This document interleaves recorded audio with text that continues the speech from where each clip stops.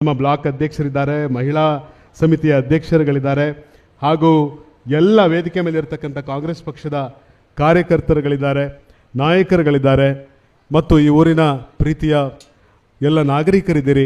ಎಲ್ರಿಗೂ ಕೂಡ ನನ್ನ ನಮಸ್ಕಾರ. ಬಹುಶಃ 40 ದಿವಸ ಆಗಿತ್ತು. 40 ದಿನಗಳಲ್ಲಿ ಹೊರಗಡೆ ಬರೋದಕ್ಕೆ ಆಗಿರಲಿಲ್ಲ. ಸ್ವಲ್ಪ ಏನೋ ಕಾಲಿಗೇಟ್ ಮಾಡಿಕೊಂಡು ಬೆಡ್ ರೆಸ್ಟಲ್ಲೇ ಇದ್ದೆ. ಮೊನ್ನೆ ತಾನೇ ನಮ್ಮ ಅಡ್ಯಾರಲ್ಲಿ ನಡೆದಂಥ ಆ ಬೃಹತ್ ಸಭೆಗೂ ಕೂಡ ನನ್ನನ್ನು ಭಾಳ ಪ್ರೀತಿಪೂರ್ವಕವಾಗಿ ನೀವು ಬರಲೇಬೇಕು ಅಂತ ಆಹ್ವಾನಿಸಿದರು. ಆದರೆ ಡಾಕ್ಟ್ರು ಅನುಮತಿಸಿರಲಿಲ್ಲ, ಅದರಿಂದ ಬಂದಿರಲಿಲ್ಲ. ಆದರೆ ಇವತ್ತು ಯೋಗ ಏನು ಅಂತಂದರೆ, ರಕ್ಷಿತ್ ಶಿವರಾಮ್ ಅನ್ನೋಂಥ ಒಬ್ಬ ಹಿಂದುಳಿದ ವರ್ಗದ ಯುವಕನಿಗೆ ಬೆಂಬಲ ನೀಡಲಿಕ್ಕಾಗಿ ಇಷ್ಟು ದೂರ ಬರುವಂಥ ಅವಕಾಶವನ್ನು ನನಗೆ ನೀವೆಲ್ಲರೂ ಕೂಡ ಕಲ್ಪಿಸಿಕೊಟ್ಟಿದ್ದೀರಿ. ನಾನಿವತ್ತು ನಿಮ್ಮ ನಡುವೆ ನಿಂತ್ಕೊಂಡಿದ್ದೇನೆ. ಪ್ರೀತಿಯ ಬಂಧುಗಳೇ, ಯಾವಾಗಲೂ ನಮಗೆ ಶಕ್ತಿ ಕೊಡೋದು ಯಾವುದು ಅಂತಂದರೆ ಜನರ ಉತ್ಸಾಹ, ಜನರ ಪ್ರೀತಿ. ಒಂದು ನಮಗೆ ಅರ್ಥ ಆಗಬೇಕಾಗಿದೆ, ಇವತ್ತು ಈ ಒಂದು ಸುಂದರವಾದ ಸಮಾರಂಭದೊಳಗಡೆ ಇಷ್ಟು ಜನ ನಾವು ಸೇರಿದ್ದೀವಿ. ಮಳೆ ಬರುತ್ತೋ, ಶೆಕೆ ಆಗುತ್ತೋ, ಮತ್ತೊಂದಾಗುತ್ತೋ ಗೊತ್ತಿಲ್ಲ, ನಾವು ಸೇರಿದ್ದೀವಿ. ನಾವು ಯಾಕೆ ಸೇರಿದ್ದೀವಿ ಅಂದರೆ ನಮ್ಮನ್ನು ಸೇರಿಸೋದಕ್ಕೆ ಒಂದು ಶಕ್ತಿ ಇದೆ. ಆ ಶಕ್ತಿ ಯಾವುದು ಅಂದರೆ ನಮ್ಮನ್ನು ಸೇರಿಸುವ ಶಕ್ತಿ. ಆ ಶಕ್ತಿನೇ ಕಾಂಗ್ರೆಸ್. ಆ ಶಕ್ತಿ ಕಾಂಗ್ರೆಸ್. ನೀ ಹಿಂದೂ ಆಗಿರು, ಮುಸಲ್ಮಾನ ಆಗಿರು, ಜೈನ ಆಗಿರು, ಕ್ರೈಸ್ತ ಆಗಿರು, ದಲಿತ ಆಗಿರು, ಮೇಲ್ವರ್ಗದವನಾಗಿರು, ಕೆಳವರ್ಗದವನಾಗಿರು, ನಮ್ಮನ್ನೆಲ್ಲ ಒಟ್ಟುಗೂಡಿಸುವಂಥ, ನಮ್ಮನ್ನು ಜೊತೆಗೆ ಸೇರಿಸುವಂಥ ಶಕ್ತಿ ಯಾವುದಾದ್ರೂ ಇದ್ದರೆ ಅದು ಕಾಂಗ್ರೆಸ್. ನಾನು ಯಾಕೆ ಈ ಮಾತನ್ನು ಅತ್ಯಂತ ಹೆಮ್ಮೆಯಿಂದ ಹೇಳ್ತಾ ಇದ್ದೀನಿ ಅಂತಂದರೆ, ನಾನು ಹಿಂದೆ ಕೂಡ ಒಮ್ಮೆ ಬಂದಾಗ ಹೇಳಿದ್ದೆ ಈ ಮಾತನ್ನು ಅಂತ ಭಾವಿಸ್ತೀನಿ. ಸರ್, ನಾನು ನಮ್ಮ ವಿನಯ್ ಕುಲಕರ್ಣಿ ಅವ್ರ ಕ್ಷೇತ್ರದಲ್ಲಿ ಭಾಷಣ ಮಾಡೋಕ್ಕೆ ಹೋಗಿದ್ದೆ ಸರ್, ಚುನಾವಣೆ ಸಂದರ್ಭದಲ್ಲಿ. ಅವ್ರ ಮೇಲೆ ಕೇಸ್ ಇತ್ತು ಅನ್ನೋ ಕಾರಣಕ್ಕೋಸ್ಕರ ಅವ್ರನ್ನ ಕ್ಷೇತ್ರಕ್ಕೆ ಹೋಗೋದಕ್ಕೆ ಅವಕಾಶ ಇರಲಿಲ್ಲ. ಹೀಗಾಗಿ ನನ್ನನ್ನು ತುಂಬ ವಿನಂತಿಸ್ಕೊಂಡ್ರು. ನಾನೇ ಅವ್ರ ಪರ ಪ್ರಚಾರದಲ್ಲಿ ಭಾಗವಹಿಸ್ತಾ ಇದ್ದೆ. ಆ ಸಭೆಯನ್ನು ಮುಗಿಸಿ ಒಂದು ಸಣ್ಣದೊಂದು ಓಣಿಯಲ್ಲಿ ನಡ್ಕೊಂಡು ಹೋಗ್ತಾ ಇದ್ವಿ. ಹೋಗ್ತಾ ಇರಬೇಕಾದ್ರೆ ಆ ಓಣಿಯಲ್ಲಿ 3-4 ಮಕ್ಕಳು ಆಟ ಆಡ್ತಾ ಇದ್ರು. ಆ ಆಡ್ತಾ ಇದ್ದಂಥ ಮಕ್ಕಳನ್ನ ನಾನು ಪ್ರಶ್ನೆ ಕೇಳಿದೆ, ಮಕ್ಕಳೇ ನೀವೆಲ್ಲ ಆಡ್ತಾ ಇದ್ದೀರಲ್ಲ, ಭಾಳ ಚೆನ್ನಾಗಿ ಆಡ್ತಾ ಇದ್ದೀರಿ. ಆ ಮಕ್ಕಳ ಉತ್ಸಾಹ ನೋಡಿ ಖುಷಿಯಾಗಿ ಕೇಳಿದೆ, ಭಾಳ ಚಂದ ಆಟ ಆಡ್ತಾ ಇದ್ದೀರಿ ನೀವು, ನಿಮ್ಮ ಹೆಸರೇನು? ಒಬ್ಬ ಹುಡುಗ ಹೇಳ್ದ, ಸರ್ ನನ್ನ ಹೆಸರು ಜಿನಾನಾಥಾರಿ ಅಂದ. ಅವನು ಜೈನರ ಹುಡುಗ. ಸರ್ ನನ್ನ ಹೆಸರು ಜಿನಾನಾಥಾರಿ. ಇನ್ನೊಬ್ಬ ಹುಡುಗನ ಹೆಸರು ಕೇಳಿದೆ, ನಿನ್ನ ಹೆಸರೇನು? ಸರ್ ನನ್ನ ಹೆಸರು ಮೊಹಮ್ಮದಾರಿ. ಅವನ ಹೆಸರು ಮೊಹಮ್ಮದ್. ಇನ್ನೊಬ್ಬ ಹುಡುಗನ ಹೆಸರು ಕೇಳಿದೆ, ನಿನ್ನ ಹೆಸರೇನೋ? ಅವನ ಹೆಸರೇನೋ ಹೇಳ್ದ, ನನ್ನ ಹೆಸರು ಪಿಂಟೋರಿ ಅಂತಲೋ ಏನೋ ಹೇಳ್ದ. ಇನ್ನೊಬ್ಬ ಹುಡುಗ ಇದ್ದ, ಅವನ ಹೆಸರೇನು? ಗಣೇಶಾರಿ ಅಂದ. ನಾನು ಕೇಳಿದೆ, ಮೊಹಮ್ಮದ, ಪಿಂಟೋ, ಗಣೇಶ, ಜಿನನಾಥ ನೀವೆಲ್ಲ ಒಟ್ಟಿಗೆ ಆಡ್ತೀರಾ? ಆ ಮಕ್ಕಳು ಉತ್ತರ ಕೊಟ್ಟರು, ಹೌದ್ರಿ ನಾವು ಒಟ್ಟಿಗೆ ಆಡ್ತೀವ್ರಿ, ನಾವು ದಿನ ಒಟ್ಟಿಗೆ ಆಡ್ತೀವಿ, ಒಟ್ಟಿಗೆ ಕೂಡ್ತೀವಿ, ಒಟ್ಟಿಗೆ ಊಟ ಮಾಡ್ತೀವ್ರಿ, ಒಟ್ಟಿಗೆ ಹಬ್ಬ ಮಾಡ್ತೀವ್ರಿ. ಗಣೇಶನ ಹಬ್ಬ ಬಂತು ಅಂದರೆ ನಮ್ಮ ಮನೆಗೆ ಮೊಹಮ್ಮದ್ ಬರ್ತಾನ್ರಿ, ಪಿಂಟೋ ಬರ್ತಾನ್ರಿ, ಜಿನಾನಾಥ ಬರ್ತಾನ್ರಿ. ಅದೇ ಥರ ಕ್ರಿಸ್ಮಸ್ ಹಬ್ಬ ಬಂತು ಅಂದರೆ ಪಿಂಟೋ ಮನೆಗೆ ನಾ ಹೋಗ್ತೀನ್ರಿ, ಮೊಹಮ್ಮದ್ ಹೋಗ್ತಾನ್ರಿ, ನಾವೆಲ್ಲ ಒಟ್ಟಿಗೆ ಹೋಗ್ತೀವ್ರಿ, ಜಿನಾನಾಥ ಹೋಗ್ತಾನ್ರಿ. ಅದೇ ಥರ ರಂಜಾನ್ ಬಂತು ಅಂದರೆ ಈ ನಮ್ಮ ಮೊಹಮ್ಮದನ ಮನೆಗೆ ನಾನು ಹೋಗ್ತೀನಿ, ಗಣೇಶ ಹೋಗ್ತಾನ್ರಿ, ಪಿಂಟೋ ಹೋಗ್ತಾನ್ರಿ, ನಾವೆಲ್ಲರೂ ಒಟ್ಟಿಗೆ ಹೋಗ್ತೀವ್ರಿ. ಆಗ ಆ ಮಕ್ಕಳು ನನ್ನನ್ನು ಮತ್ತೆ ಮರುಪ್ರಶ್ನೆ ಕೇಳಿದ್ರು, ಸರ ನೀವೇನೋ ಈ 3 ಬಣ್ಣದ ಬಾವುಟ ಹಾಕ್ಕೊಂಡಿರಿ, ನೀವು ಕಾಂಗ್ರೆಸ್ ಕಾಂಗ್ರೆಸ್ ಅನ್ನಕತ್ತೀರಿ. ನಿನ್ನೆ ಯಾರೋ ಬಂದಿದ್ರು, ಅವರು ಬಿಜೆಪಿ ಅಂತಿದ್ರು. ಈ ಕಾಂಗ್ರೆಸ್ ಅಂದರೆ ಏನ್ರಿ, ಬಿಜೆಪಿ ಅಂದರೆ ಏನ್ರಿ ಅಂತ ಆ ಮಕ್ಕಳು ನನ್ನ ಪ್ರಶ್ನೆ ಕೇಳಿದ್ರು. ನಾನು ಆ ಮಕ್ಕಳಿಗೆ ಏನು ಉತ್ತರ ಕೊಟ್ಟೆ ಅಂತಂದರೆ, ಮಕ್ಕಳೇ ಏನೂ ಇಲ್ಲ, ಗಣೇಶ, ಪೀಠರ, ಜಿನನಾಥ, ಮೊಹಮ್ಮದ ಇವರೆಲ್ಲರೂ ಕೂಡ ಒಟ್ಟಿಗೆ ಆಡಬೇಕು, ಒಟ್ಟಿಗೆ ಕೂಡಬೇಕು, ಒಟ್ಟಿಗೆ ಬಾಳಬೇಕು, ಒಟ್ಟಿಗೆ ಬದುಕಬೇಕು. ಈ ಆಸೆ ಇಟ್ಕೊಂಡಿರುವ ಗುಂಪು ಕಾಂಗ್ರೆಸ್. ಕಾಂಗ್ರೆಸ್ ಜಿನನಾಥ, ಮೊಹಮ್ಮದ, ಗಣೇಶ, ಪೀಟರ್ ಒಟ್ಟಿಗೆ ಇರಬೇಕು ಅಂತ ಹೇಳೋದು ಕಾಂಗ್ರೆಸ್. ಆದರೆ ಜಿನನಾಥನೇ ಬೇರೆ, ಗಣೇಶನೇ ಬೇರೆ, ಮೊಹಮ್ಮದ್ದೇ ಬೇರೆ, ಪೀಟರ್ರೇ ಬೇರೆ. ಇವರೊಟ್ಟಿಗೆ ಕೂಡಬಾರ್ದು, ಇವರೊಟ್ಟಿಗೆ ಊಟ ಮಾಡಬಾರ್ದು, ಇವರೊಟ್ಟಿಗೆ ಹಬ್ಬ ಮಾಡಬಾರ್ದು, ಇವರೊಟ್ಟಿಗೆ ಬಾಳಿ ಬದುಕಬಾರ್ದು. ಇವರನ್ನ ಒಡೆದು ಆಳಬೇಕು ಅನ್ನೋದಿದೆಯಲ್ಲ, ಇದೇ ಬಿಜೆಪಿ ಈ ಶಕ್ತಿಯನ್ನ ಕಿತ್ತಾಕೋದಕ್ಕೋಸ್ಕರ ನಾವೆಲ್ಲರೂ ಕೂಡ ಒಟ್ಟಿಗೆ ಸೇರ್ತಾ ಇದ್ದೀವಿ. ನಾವು ಒಟ್ಟಿಗೆ ಸೇರ್ತಾ ಇದ್ದೀವಿ. ಇವರ ಹೇಳಿತನ ಹೆಂಗಿದೆ ಅಂತಂದ್ರೆ, ನಾನು ಬರ್ತಾ ನೋಡ್ತಾ ಬಂದೆ ರಸ್ತೆಯಲ್ಲಿ, ಪಾಪ ಆ ಕಾಂಗ್ರೆಸ್ ಪಕ್ಷದ ಬ್ಯಾನರ್ಗಳನ್ನೆಲ್ಲ ಹರಿದಾಕಿದ್ದಾರೆ. ಆ ರಕ್ಷಿತ್ ಶಿವರಾಮ್ ಬ್ಯಾನರ್ನ ಡಿ ಕೆ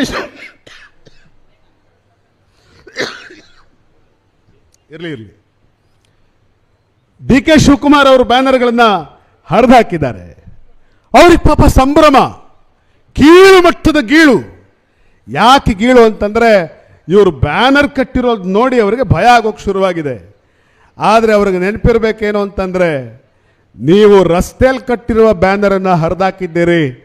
ಕರ್ನಾಟಕ ರಾಜ್ಯದ ಮನೆಗಳಲ್ಲಿ ಈ 5 ಗ್ಯಾರಂಟಿಗಳ ಮೂಲಕ ಕಾಂಗ್ರೆಸ್ ಪಕ್ಷದವರು ಹೊಟ್ಟಿರುವಂತ ಆ ಹೃದಯಗಳಲ್ಲಿ ಕಟ್ಟಿರುವ ಬ್ಯಾನರನ್ನ ನಿಮ್ಮ ಕೈಲಿ ಹರಿಯೋದಕ್ಕೆ ಸಾಧ್ಯ ಇಲ್ಲ. ಇದೇ ಬೆಳ್ತಂಗಡಿಯ ವೀರೇಂದ್ರ ಹೆಗಡೆ ಅವರು, ಧರ್ಮಸ್ಥಳದ ವೀರೇಂದ್ರ ಹೆಗಡೆ ಅವರು ಕರ್ನಾಟಕ ರಾಜ್ಯದ ಮುಖ್ಯಮಂತ್ರಿಗಳಿಗೆ ಪತ್ರ ಬರೆದ್ರಲ್ಲ. ಹರೀಶ್ ಪೂಂಜಾ ಅವರೇ, ಅವರು ಬರೆದ ಪತ್ರದಲ್ಲಿ ಹೇಳ್ತಾರೆ, ಸರ್ಕಾರಕ್ಕೆ ಶಕ್ತಿ ಯೋಜನೆ ಜನರ ಹೃದಯದಲ್ಲಿರುವಂತ ಈ ಒಂದು ಯಾವ ಜನಪರ ಸರ್ಕಾರವನ್ನು ನಾವು ನೋಡ್ತಾ ಇದ್ದೀವಿ, ಇದನ್ನ ನಿಮ್ಮಿಂದ ಹರಿಯೋದಕ್ಕೆ ಸಾಧ್ಯ ಇಲ್ಲ. ಕೇವಲ 2 ವರ್ಷಗಳ ಹಿಂದೆ ಪ್ರತಿ ದಿವಸ ಟಿವಿ ಹಾಕಿದ್ರೆ ಜನ ಏನ್ ನೋಡ್ತಾ ಇದ್ರು? ಇವತ್ತು ವಿನಯ್ ಸೊರಕೆ ಸಾಹೇಬರು ಇದ್ದಾರೆ, ಪ್ರಚಾರ ಸಮಿತಿಯ ಅಧ್ಯಕ್ಷರು. ಇವತ್ತು ನಾವೇನ್ ಪ್ರಚಾರ ಮಾಡ್ತಾ ಇದ್ದೀವಿ, ಅವತ್ತು ಅವರೇನ್ ಪ್ರಚಾರ ಮಾಡ್ತಾ ಇದ್ರು? ಟಿವಿ ಆನ್ ಮಾಡಿದ್ರೆ ಬೆಳಗ್ಗೆ ಎದ್ದ ತಕ್ಷಣ ಹಲಾಲ್ ಹಿಜಾಬ್, ಟಿವಿ ಆನ್ ಮಾಡಿದ್ರೆ ಬೆಳಗ್ಗೆ ದೊಡ್ಡ ಗಲಾಟೆ. ಏನು?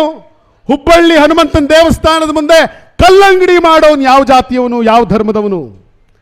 ಟಿವಿ ಹಾಕಿದ್ರೆ ಗಲಾಟೆ. ಏನು? ಹಿಂದೂ ಮುಸ್ಲಿಂ. ಟಿವಿ ಹಾಕಿದ್ರೆ ಗಲಾಟೆ. ಏನು? ಬರೀ ಈ ಥರದ್ದೇ ಮಸೀದಿ ಮಂದಿರ. ಆದರೆ ಕಳೆದ 2 ವರ್ಷದಿಂದ ಕರ್ನಾಟಕ ರಾಜ್ಯದ ಯಾವುದೇ ಮೂಲೆಯೊಳಗಡೆ ಕೂತು ನೀವು ಟಿವಿ ಹಾಕಿದ್ರೆ ಕರ್ನಾಟಕದ ತುಂಬ ಹಲಾಲ್ ಹಿಜಾಬ್ ಇಲ್ಲ, ಕೇಸರಿ ಶಾಲು, ಬುರ್ಕಾದ ಗಲಾಟೆಗಳಿಲ್ಲ. ಕರ್ನಾಟಕ ರಾಜ್ಯದೊಳಗಡೆ ಕಳೆದ 5 ವರ್ಷಗಳಿಂದ ಜನ ಕೇಳ್ತಾ ಇರೋದು, ಕಳೆದ 2 ವರ್ಷಗಳಿಂದ ಸಿದ್ದರಾಮಯ್ಯನವರ ಡಿ ಕೆ ಶಿವಕುಮಾರ್ ರವರ ಸರ್ಕಾರ ಬಂದ ನಂತರ ಜನ ಕೇಳ್ತಿರೋದೇನು ಅಂತಂದ್ರೆ, ಬಡವರ ಹೊಟ್ಟೆ ತುಂಬಿಸುವಂತ ಗ್ಯಾರಂಟಿಗಳ ಬಗ್ಗೆ ಜನ ಕೇಳ್ತಾ ಇದ್ದಾರೆ. ಮನೆಗೆ ತಲುಪ್ತಾ ಇರುವಂತ 2,000 ರೂಪಾಯಿ ಬಗ್ಗೆ ಜನ ಮಾತನಾಡ್ತಾ ಇದ್ದಾರೆ. ಪ್ರತಿ ಮನೆಗಳಲ್ಲಿ ಉಚಿತ ವಿದ್ಯುತ್ತಿನ ಬಗ್ಗೆ ಜನ ಮಾತನಾಡ್ತಾ ಇದ್ದಾರೆ. ಉಚಿತವಾಗಿ ಹೆಣ್ಣು ಮಕ್ಕಳು ಓಡಾಡ್ತಿರುವಂತ ಉಚಿತ ಬಸ್ಗಳ ಬಗ್ಗೆ ಮಾತನಾಡ್ತಿದ್ದಾರೆ. ಯುವಕರಿಗೆ ಕೊಡ್ತಾ ಇರುವಂತ ಹಣದ ಬಗ್ಗೆ ಮಾತನಾಡ್ತಾ ಇದ್ದಾರೆ. ಶಕ್ತಿ ಯೋಜನೆ ಬಗ್ಗೆ ಮಾತನಾಡ್ತಾ ಇದ್ದಾರೆ. ಗೃಹ ಜ್ಯೋತಿಯ ಬಗ್ಗೆ ಮಾತನಾಡ್ತಾ ಇದ್ದಾರೆ. ಸಿದ್ದರಾಮಯ್ಯನವರ ದಕ್ಷ ಆಡಳಿತದ ಬಗ್ಗೆ ಕರ್ನಾಟಕ ರಾಜ್ಯ ಮಾತನಾಡ್ತಾ ಇದೆ. ಡಿ ಕೆ ಶಿವಕುಮಾರ್ ರವರ ನೇರ ನುಡಿಯ ಬಗ್ಗೆ ಕರ್ನಾಟಕ ರಾಜ್ಯ ಮಾತನಾಡ್ತಾ ಇದೆ. ಕರ್ನಾಟಕ ರಾಜ್ಯ ಇವತ್ತು ನಿಜವಾಗಿಯೂ ಕೂಡ ಸುಭಿಕ್ಷವಾದಂಥ ರಾಜ್ಯವಾಗಿ ಬದಲಾಗಿದೆ. ಇವ್ರು ಏನು ಮಾಡಕ್ಕೆ ಹೊರಟಿದ್ದಾರೆ ದೇಶನ? ದೇಶ ಅಂದ್ರೆ ಏನು ಸ್ವಾಮಿ? ದೇಶ ಅಂದ್ರೆ ಏನು? ದೇಶ ಅಂದ್ರೆ ಗುಡಿ ಚರ್ಚುಗಳಲ್ಲ. ದೇಶ ಅಂದ್ರೆ ಮಠ ಮಂದಿರ ಮಸೀದಿಗಳಲ್ಲ. ದೇಶ ಅಂದ್ರೆ ಕೇವಲ ನದಿ ಪರ್ವತ ಮಣ್ಣು ಬೆಟ್ಟ ಗುಡ್ಡಗಳಲ್ಲ. ತೆಲುಗಿನ ಒಬ್ಬ ಕವಿ ಬರೆದ, ದೇಶಮಂಟೆ ಮಿಟ್ಟಿ ಕಾದುರಾ ದೇಶಮಂಟೆ ಜನಂ, ದೇಶಮಂಟೆ ಮನುಷ್ಯಲು. ದೇಶ ಅಂದ್ರೆ ಬರೀ ಮಣ್ಣು, ಆಕಾಶ, ಬೆಟ್ಟ, ಗುಡ್ಡ, ಗಡಿ, ಗುಡಿ ಇದೇ ದೇಶ ಅಲ್ಲಪ್ಪ. ದೇಶ ಅಂದ್ರೆ ಮನುಷ್ಯರು. ದೇಶ ಅಂದ್ರೆ ಮನುಷ್ಯರು. ಯಾರ ದೇಶ ಅಂದ್ರೆ ಇಲ್ಲಿರೋ ರಾಮಣ್ಣ, ಇಲ್ಲಿರೋ ಬಪ್ಪಣ್ಣ, ಇಲ್ಲಿರೋ ಚಂದ್ರಪ್ಪ, ಇಲ್ಲಿರೋ ಸೀತವ್ವ, ಇಲ್ಲಿರೋ ಮಹಮ್ಮದ್, ಇಲ್ಲಿರೋ ಇನ್ನೊಬ್ಬ ಯಾರೋ ಅಫ್ಜಲ್, ಇಲ್ಲಿರೋ ಪಿಂಟೋ, ಇಲ್ಲಿರೋ ಜಿನಾನಾಥ್, ಇವರೆಲ್ಲರೂ ದೇಶ. ಆದ್ರೆ ಇವ್ರ ಪಾಲಿಗೆ ದೇಶ ಅಂದ್ರೆ ಗಡಿ, ಗುಡಿ, ಮಸೀದಿ, ಮಂದಿರ. ದೇಶ ಅಂದ್ರೆ ಮನುಷ್ಯರು. ದೇಶ ಅಂದ್ರೆ ಮನುಷ್ಯರು. ಯಾವತ್ತು ಮನುಷ್ಯನನ್ನ ಪ್ರೀತಿಯಿಂದ ಅಪ್ಪಿಕೊಳ್ತಾನೋ ಆವತ್ತು ಒಂದು ಭೂಖಂಡ ಒಂದು ದೇಶವಾಗಿ ಪರಿವರ್ತನೆ ಆಗುತ್ತೆ. ಯಾವತ್ತು ಒಂದು ಭೂ ಪ್ರದೇಶದಲ್ಲಿರುವಂಥ ಜನರನ್ನ ಜಾತಿ, ಧರ್ಮ, ಅಂತಸ್ತು ಇವುಗಳ ಹೆಸರಲ್ಲಿ ನೀವು ಒಡಿತೀರೋ ಅವತ್ತು ದೇಶ ಒಡೆದು ಛಿದ್ರ ಆಗುತ್ತೆ. ದೇಶ ಒಡೆದು ಛಿದ್ರ ಆಗುತ್ತೆ. ಮಸೀದಿಗಳ ಹೆಸರಲ್ಲಿ, ವಕ್ಫ್ ಬಿಲ್ನ ಹೆಸರಿನಲ್ಲಿ NRC CAಗಳ ಹೆಸರಲ್ಲಿ ಏನ್ ಮಾಡಕ್ ಹೊರಟಿದ್ದೀರಿ ಸರ್? ಪಂಜಾಬ್ನಲ್ಲಿರುವಂಥ ಸಿಖ್ಖರನ್ನ ಖಲಿಸ್ತಾನಿಗಳು ಅಂತ ಕರೆದ್ರಿ. ಪಂಜಾಬ್ನಲ್ಲಿ ಜನ ರೈತರು ಕರಾಳವಾದಂಥ ರೈತ ವಿರೋಧಿ ಕಾನೂನುಗಳನ್ನು ವಿರೋಧಿಸಿ ಪ್ರತಿಭಟನೆ ಮಾಡಿದ್ರೆ ಆ ರೈತರನ್ನ ಖಲಿಸ್ತಾನಿಗಳು ಅಂತ ಕರೀತೀರಿ. ನಾರ್ತ್ ಈಸ್ಟ್ನಲ್ಲಿ ನಡು ಮಧ್ಯಾಹ್ನ ಹೆಣ್ಣು ಮಗಳೊಬ್ಬಳನ್ನ ಗುಂಪು ಕಟ್ಕೊಂಡು ನಡು ಬೀದಿಯಲ್ಲಿ ಅವಳನ್ನು ಬೆತ್ತಲಾಗಿಸಿ ಅವಳ ಮೈಯಲ್ಲಿ ರಕ್ತ ಸುರಿಯುವಂತೆ ಒಡೆದು ಅಟ್ಟಹಾಸ ಮೆರೀತಾ ಇದ್ರೆ ಅದರ ವಿರುದ್ಧ ಜನ ಪ್ರತಿಭಟನೆ ಮಾಡಿದ್ರೆ ಅವರನ್ನೂ ಕೂಡ ವಿದೇಶಿ ಆಕ್ರಮಕರು ಅಂತ ಕರೀತೀರಿ. NRC CAA ವಕ್ಫ್ ಇಂಥ ವಿಚಾರಗಳಲ್ಲಿ ಪ್ರತಿಭಟನೆ ಮಾಡೋದಕ್ಕೆ ಜನ ಬೀದಿಗಿಳಿದ್ರೆ ಅವ್ರನ್ನ ಪಾಕಿಸ್ತಾನಿಗಳು ಅಂತ ಕರೆದು ಬಿಡ್ತೀರಿ. ಸ್ವಾಮಿ, ನೀವು ಖಲಿಸ್ತಾನಿಗಳು, ವಿದೇಶಿ ಶಕ್ತಿಗಳು, ಪಾಕಿಸ್ತಾನಿಗಳು ಅಂತ ಕರೆಯೋದಕ್ಕೆ ಹೊರಟಿರೋದನ್ನ ಯಾರನ್ನು ಗೊತ್ತಾ?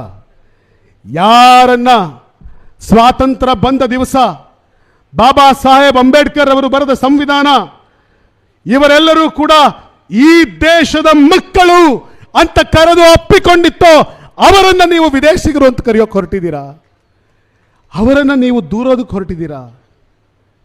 We the people of India having solemnly constitute India into sovereign, socialist, secular, democratic republic. ಈ ಘೋಷಣೆಗಳು ಮರ್ತೋದ್ವಾ? ಈ ಘೋಷಣೆಗಳು ಮರ್ತೋದ್ವಾ? ಸ್ವಾತಂತ್ರ್ಯ ಬಂದಾಗ ಎಲ್ಲ ಜಾತಿ ಧರ್ಮದವರಿಗೂ ಕೂಡ ತಮ್ಮ ಹಕ್ಕುಗಳನ್ನು, ತಮ್ಮ ಧಾರ್ಮಿಕ ಆಚರಣೆಗಳನ್ನು ಆಚರಿಸುವಂಥ ಸ್ವಾತಂತ್ರ್ಯವನ್ನು ನಾವು ಕೊಡ್ತೇವೆ ಅಂತ ಘೋಷಿಸಿದ್ರಲ್ಲ ಅವತ್ತಿನ ಸ್ವಾತಂತ್ರ್ಯದ ಹೋರಾಟಗಾರರು, ಅವತ್ತು ಈ ಭಾರತ ದೇಶವನ್ನು ಕಟ್ಟಿದವರು. ಅದು ಮರೆತು ಹೋಯ್ತಾ? ಅದು ಮರೆತು ಹೋಯ್ತಾ ಇವರಿಗೆ? ಇವರಿಗೆ ಯಾಕೆ ಮರ್ತಿದೆ ಅಂತಂದ್ರೆ ಸ್ವಾತಂತ್ರ್ಯದ ಹೋರಾಟದಲ್ಲಿ ಇವರು ಇರಲಿಲ್ಲ. ಬ್ರಿಟಿಷರ ವಿರುದ್ಧ ಎಂದೂ ಎದೆ ಎತ್ತಿ ಹೋರಾಡಿದವರಲ್ಲ, ಅವರ ಗುಂಡಿಗೆ ಎದೆ ಕೊಟ್ಟು ಸತ್ತವರಲ್ಲ, ಜನರ ಪರವಾಗಿ ನಿಂತವರೂ ಅಲ್ಲ.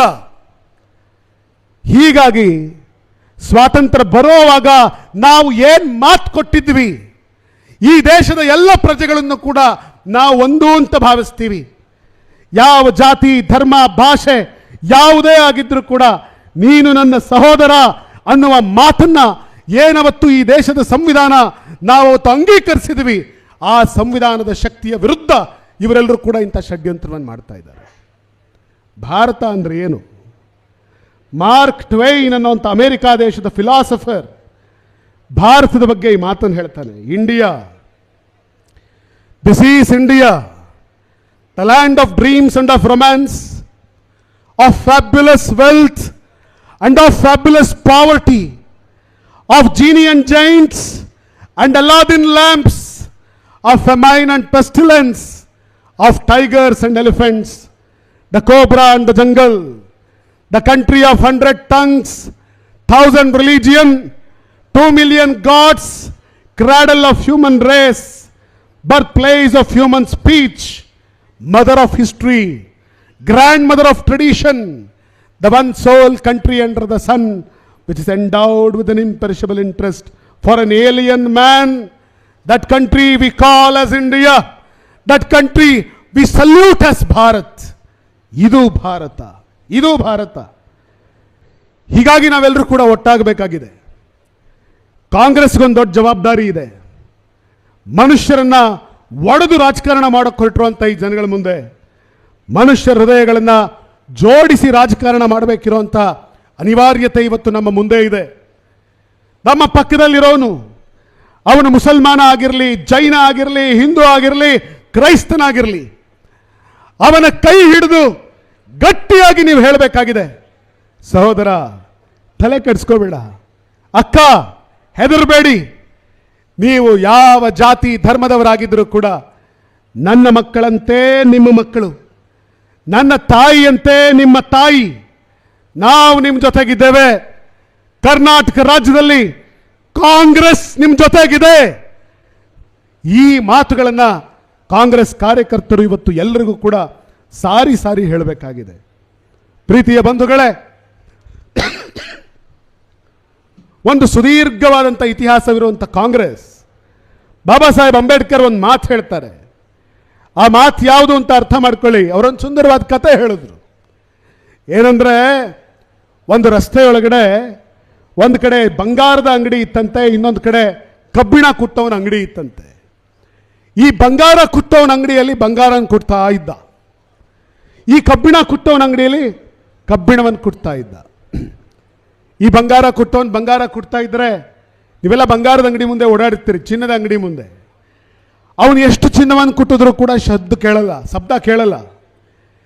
ಕಬ್ಬಿಣ ಕುಟ್ಟವನ ಅಂಗಡಿ ಮುಂದೆ ನೀವು ನಿಂತರೆ ನಿಲ್ಲೋಕ್ಕಾಗಲ್ಲ, ಅಬ್ಬಬ್ಬಾ ಅಂತ ಕಿವಿ ಮುಚ್ಕೊಂಡು ಹೋಗ್ತೀರಿ. ಒಂದು ದಿವಸ ರಾತ್ರಿ ಬಂಗಾರದ ಅಂಗಡಿಯಿಂದ ಬಂಗಾರ ನಡ್ಕೊಂಡು ಕಬ್ಬಿಣದ ಅಂಗಡಿಗೆ ಹೋಯ್ತಂತೆ. ಅಂಬೇಡ್ಕರ್ ಹೇಳಿದಂಥ ಕತೆ ಸರ್ ಇದು, ಬಾಬಾ ಸಾಹೇಬ್ ಅಂಬೇಡ್ಕರ್ ಹೇಳಿದ ಕತೆ. ಬಂಗಾರ ನಡ್ಕೊಂಡೋಗಿ ಆ ಕಬ್ಬಿಣನ ಮಾತಾಡಿಸ್ತಂತೆ. ಮಾತಾಡಿಸಿ ಹೇಳ್ತಂತೆ, ಲೋ ಕಬ್ಬಿಣ, ನಾನು ಬಂಗಾರ, ನೀನು ಕಬ್ಬಿಣ. ನನ್ನನ್ನು ಚೆಚ್ಚೋದು ಕೂಡ ಕಬ್ಬಿಣದ ಸುತ್ತಿಗೆಯಲ್ಲೇ, ನಿನ್ನನ್ನು ಚೆಚ್ಚೋದು ಕೂಡ ಕಬ್ಬಿಣದ ಸುತ್ತಿಗೆಯಲ್ಲೇ.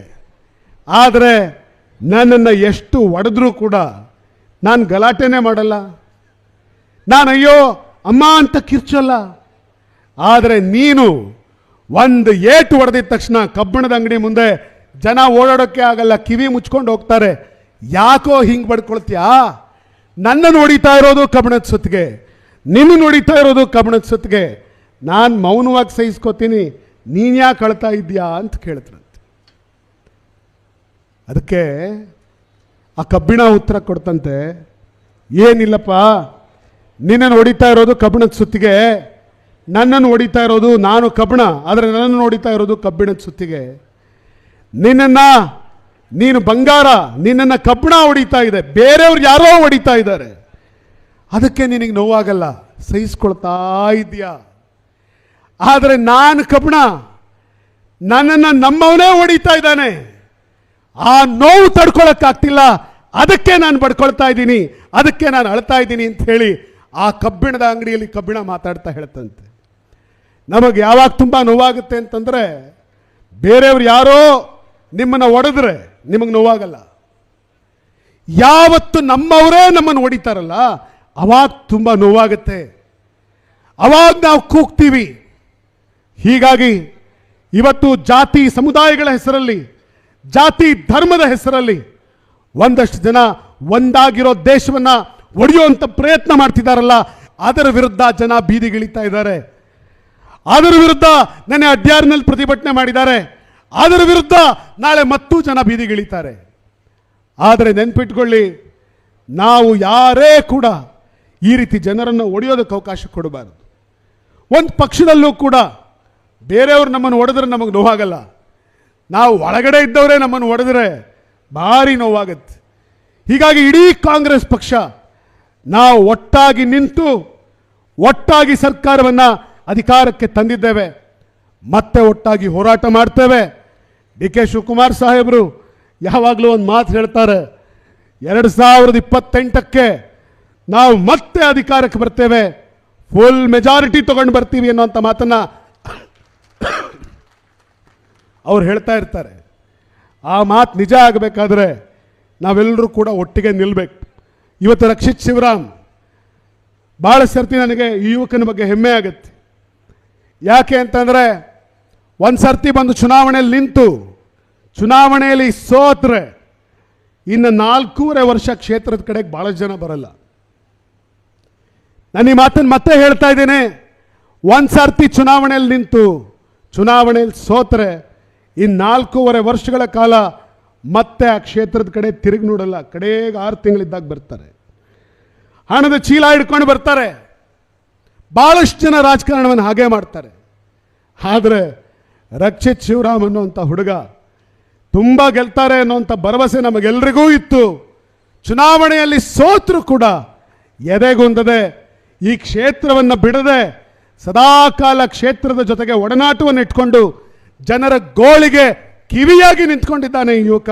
ಈತನ ಪರವಾಗಿ ಗಟ್ಟಿಯಾಗಿ ನಿಂತ್ಕೊಳ್ಳಿ.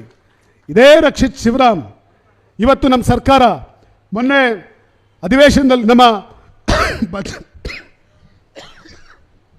ಬಜೆಟ್ ಅಧಿವೇಶನದಲ್ಲಿ ಅಲ್ಪಸಂಖ್ಯಾತರಿಗೆ ಕಾಂಟ್ರಾಕ್ಟ್ನಲ್ಲಿ ಮೀಸಲಾತಿ ಕೊಡಬೇಕು ಅಂತ ಹೇಳಿ ನಮ್ಮ ಸರ್ಕಾರ ಪ್ರತಿಪಾದನೆ ಮಾಡಿದ ತಕ್ಷಣ ಬಿ ಜೆ ಪಿಯವರೆಲ್ಲರೂ ಕೂಡ ದೊಡ್ಡ ಧ್ವನಿಯಲ್ಲಿ ಏನ್ರಿ ಈ ರಾಜ್ಯದಲ್ಲಿ ಮುಸಲ್ಮಾನರು ಮಾತ್ರ ಇರೋದಾ, ಎಲ್ಲ ಅವ್ರಿಗೆ ಕೊಡ್ತೀರಾ ಅಂತ ಮಾತನಾಡ್ತಾ ಇದ್ದಾರೆ. ನೀವು ಬೆಳ್ತಂಗಡಿಯಲ್ಲಿರುವಂಥ ಜೈನ ಸಮಾಜದ ಜನ ಬಾಯ್ಬಿಟ್ಟು ಕೇಳಿ, ಸ್ವಾಮಿ ಅಲ್ಪಸಂಖ್ಯಾತರು ಅಂದರೆ ಮುಸಲ್ಮಾನರು ಮಾತ್ರ ಇರೋದಾ, ನಾವಿಲ್ವಾ? ನೀವು ಮೀಸಲಾತಿಯನ್ನು ಕೊಟ್ಟರೆ ಅದರೊಳಗಡೆ ನಮಗೆ ಸಹಾಯ ಆಗಲ್ವಾ? ಇಲ್ಲಿನ ಜೈನ ಸಮುದಾಯದ ಕಾಂಟ್ರಾಕ್ಟ್ಗಳಿಗೆ ಕಾಂಟ್ರಾಕ್ಟ್ ಸಿಗಲ್ವಾ? ಈ ಪ್ರಶ್ನೆಯನ್ನು ನೀವು ಕೇಳಬೇಕು. ಇವತ್ತು ಒಬ್ಬ ರಕ್ಷಿತ್ ಶಿವರಾಮ್, ಬಹುಶಃ ನನಗೆ ನನ್ನ ಸ್ನೇಹಿತರು ಯಾರೋ ಹೇಳ್ತಾ ಇದ್ರು, 10 ಕೋಟಿ ರೂಪಾಯಿಯಷ್ಟು ಹಣವನ್ನು ಜೈನ ಸಮಾಜಕ್ಕೆ ಸರ್ಕಾರದಿಂದ ತರುವಂಥ ಕೆಲಸವನ್ನು ಒಬ್ಬ ಯುವಕ, ಅಧಿಕಾರದಲ್ಲಿ ಇಲ್ಲದೇ ಇರುವಂಥ ಯುವಕ, MLA ಆಗಿ ಗೆಲ್ಲದೇ ಇರುವಂಥ ಯುವಕ 10 ಕೋಟಿ ತಗೊಂಡು ಬಂದಿದ್ದಾನೆ. ಒಂದು ಜೈನ ಸಮಾಜಕ್ಕೆ ಆತ ತಾನು ಕೊಡುಗೆ ಕೊಟ್ಟಿದ್ದಾನೆ. ಒಂದು ವೇಳೆ ಅಧಿಕಾರದಲ್ಲಿ ಇದ್ದಿದ್ದರೆ ಎಷ್ಟು ಮಾಡಬಹುದಾಗಿತ್ತು. ಅಧಿಕಾರದಲ್ಲಿ ಇಲ್ಲ, ಆದರೂ ಕೂಡ ಮನೆ ಬಾಗಿಲಿಗೆ ಕಷ್ಟ ಅಂತ ಹೋದಂಥ ವಿದ್ಯಾರ್ಥಿಗಳ ಪರವಾಗಿ ಆತ ನಿಂತ್ಕೊಂಡಿದ್ದಾನೆ. ಒಂದು ವೇಳೆ ಆತ ನಿಜವಾಗಿಯೂ ವಿಧಾನಸಭೆಯೊಳಗಡೆ ಇದ್ದಿದ್ರೆ ಎಷ್ಟು ಜನರ ಕಷ್ಟವನ್ನು ಬಗೆಹರಿಸಬಹುದಾಗಿತ್ತು. ಬಂದೂಕ ಕೊಡಿ, ವಿಧಾನಸಭೆ ಅಧಿವೇಶನದಲ್ಲಿ ನಿಂತು ಬಂದೂಕ ಕೊಡಿ, ಆನೆಗಳನ್ನು ನಾವು ಸುಟ್ಟಾಕ್ಬಿಡ್ತೀವಿ ಅಂತ ಮಾತನಾಡೋರು ಬೇಕಾ? ಸ್ವಾಮಿ, ನಮ್ಮ ಜನಗಳಿಗೆ ಬದುಕು ಕೊಡಿ, ಬಂದೂಕ ಕೊಡಿ ಅಲ್ಲ, ಜನರಿಗೆ ಬದುಕು ಕೊಡಿ ಅಂತ ಮಾತನಾಡುವಂಥ ಯುವ ನಾಯಕ ನಿಮಗೆ ಬೇಕಾ? ಅದನ್ನು ನೀವು ತೀರ್ಮಾನ ಮಾಡಬೇಕು. ಇಡೀ ಬೆಳ್ತಂಗಡಿಯ ಜನ, ಒಂದು ಪವಿತ್ರವಾದಂಥ ಜಾಗ ಇಲ್ಲಿದೆ, ಧರ್ಮಸ್ಥಳದ ಮಂಜುನಾಥ ನೆಲೆ ನಿಂತಿರುವಂಥ ಜಾಗ, ಈ ಜಾಗ ಇದೆ. ಇಲ್ಲೊಂದು ಸೌಹಾರ್ದ ಪರಂಪರೆ ಅನೇಕ ವರ್ಷಗಳಿಂದ ನಡೆದು ಬಂದಿದೆ. ಈ ಸೌಹಾರ್ದ ಪರಂಪರೆ ಹೀಗೆ ಉಳಿಲಿ, ಹೀಗೆ ಬೆಳೀಲಿ. ಕಾಂಗ್ರೆಸ್ ಈ ಬಾರಿ ವೀರೋಚಿತವಾದ ಹೋರಾಟ ಮಾಡಿದೆ, ಮುಂದಿನ ಬಾಗಿ ವೀರೋಚಿತವಾದ ಗೆಲುವನ್ನು ಸಾಧಿಸುತ್ತೆ. ಈ ಭರವಸೆಯನ್ನು ನಾವೆಲ್ಲರೂ ಇಟ್ಕೋಬೋದಲ್ವಾ? ಮಾತಾಡಿ ಸರ್, ಇಟ್ಕೋಬೋದಾ? ನೀವು ಮಾತಾಡಲ್ಲ ಅಂದ್ರೆ ಕಷ್ಟ ಆಗುತ್ತೆ. ಗಟ್ಟಿ ಧ್ವನಿಯಲ್ಲಿ ಹೇಳಿ, ಮುಂದಿನ ಬಾರಿ ಕಾಂಗ್ರೆಸ್ ಗೆಲ್ಲುತ್ತಲ್ಲ? ಕಾಂಗ್ರೆಸ್ಗೆ, ಕಾಂಗ್ರೆಸ್ ಪಾರ್ಟಿಗೆ ಇಷ್ಟು ಮಾತುಗಳನ್ನು ಹೇಳಿ, ನನ್ನ ಮಾತುಗಳನ್ನು ಇನ್ನೂ ಅನೇಕರು ಹಿರಿಯರು ಮಾತನಾಡುವವರಿದ್ದಾರೆ. ಹೀಗಾಗಿ ನನ್ನ ಮಾತುಗಳನ್ನು ಇಲ್ಲಿಗೆ ಸಮಾಪನೆಗೊಳಿಸ್ತಾ ಇದ್ದೇನೆ. ನಮಸ್ಕಾರ.